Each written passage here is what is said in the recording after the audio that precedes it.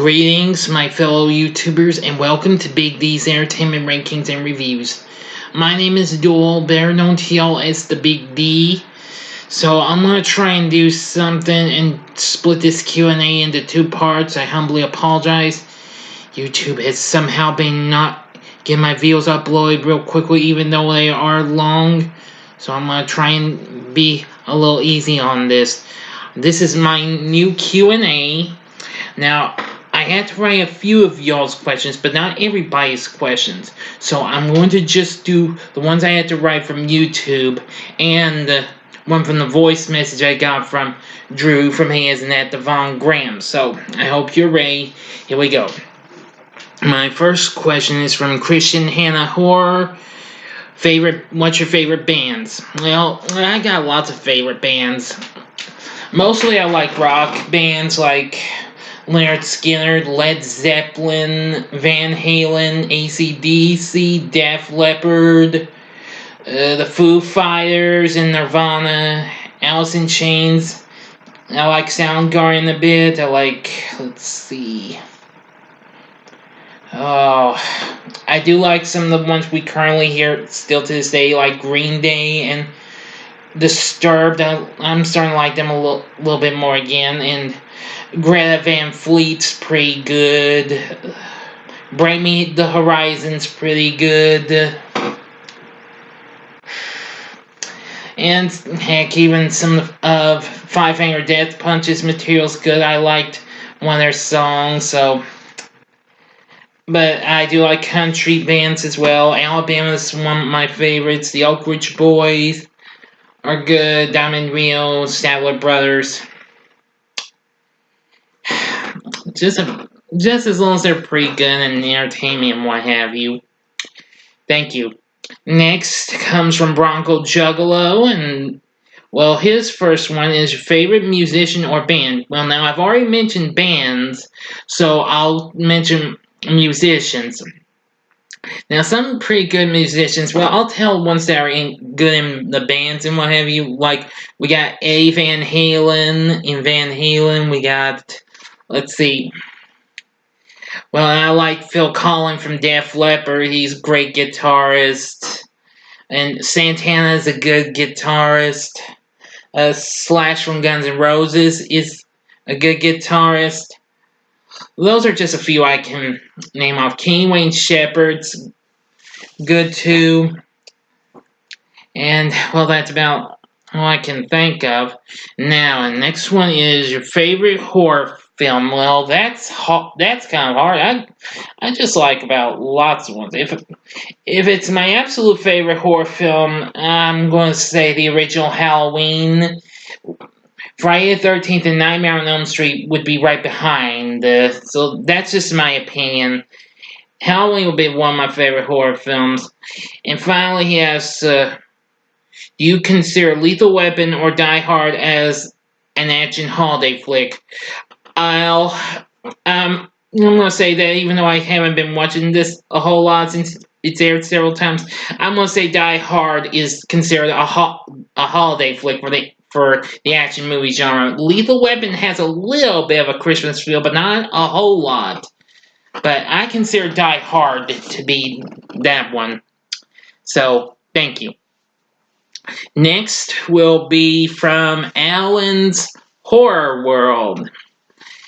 First off, what inspired you to make your channel? Well, I just wanted to do it so I could get the chance to check out all sorts of things I hadn't seen in ages or haven't seen before. Well, what really inspired me was I wanted to try and make vids someday in the future. For like almost a decade since I first came to YouTube, I didn't have a camera, so I just signed on to watch videos and what have you. But now, of course, since March of last year, I've been doing videos and I've really been enjoying them. They are wonderful. Anyway, now, what's the first horror film you ever watched? Forgot to write that down. Yeah, the first horror film you ever watched. That's what she said. That the first horror film I remember ever watching was Cujo. Yeah, and I was just a boy and what have you. So yeah, Cujo would be one, but I'd also consider Gremlins to be another horror flick I remember seeing in my youth. But I believe it was Cujo I saw first, and not Gremlins. But anyway, that was the first horror film I ever watched. Now, all-time favorite film? Oh boy, that's a hard one. Well, gee. Well, if I had to pick one particular film, I'm going to say Forrest Gump. I'm a big fan of that film. Tom Hanks is absolutely great.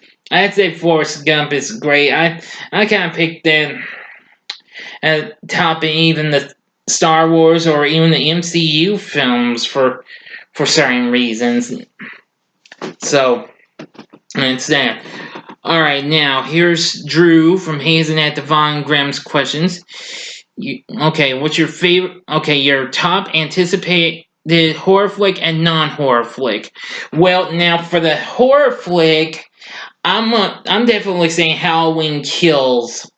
I mean, since I liked Halloween 2018, I think that's going to be worth checking out. Now, there are other ones coming out that I might see, like A Quiet Place Part 2, since I saw its trailer. And who knows what else. We'll see. Now, as for non-horror flick, it's obviously Wonder Woman 1985 and 4. 1984. I said 5. Whoops, sorry everyone. My mistake. But anyway, and of course on my ranking, right behind would be Birds of Prey, and then oh crap. There's oh yeah, No Time to Die. Let's see. Yeah, the new James Bond flick, but Wonder Woman 1984 is the top non-horror flick that I'm anticipating to see. Okay, next one. What do you think of Nightmare on Elm Street going to Blumhouse? Well, I'm gonna say if Blumhouse does a good job on this, like they did with Halloween, I'd say go for it. And to continue that, who would be Freddy? Robert Englund or someone else? Well, if old Robert Englund's up to playing Freddy one more time, go for it.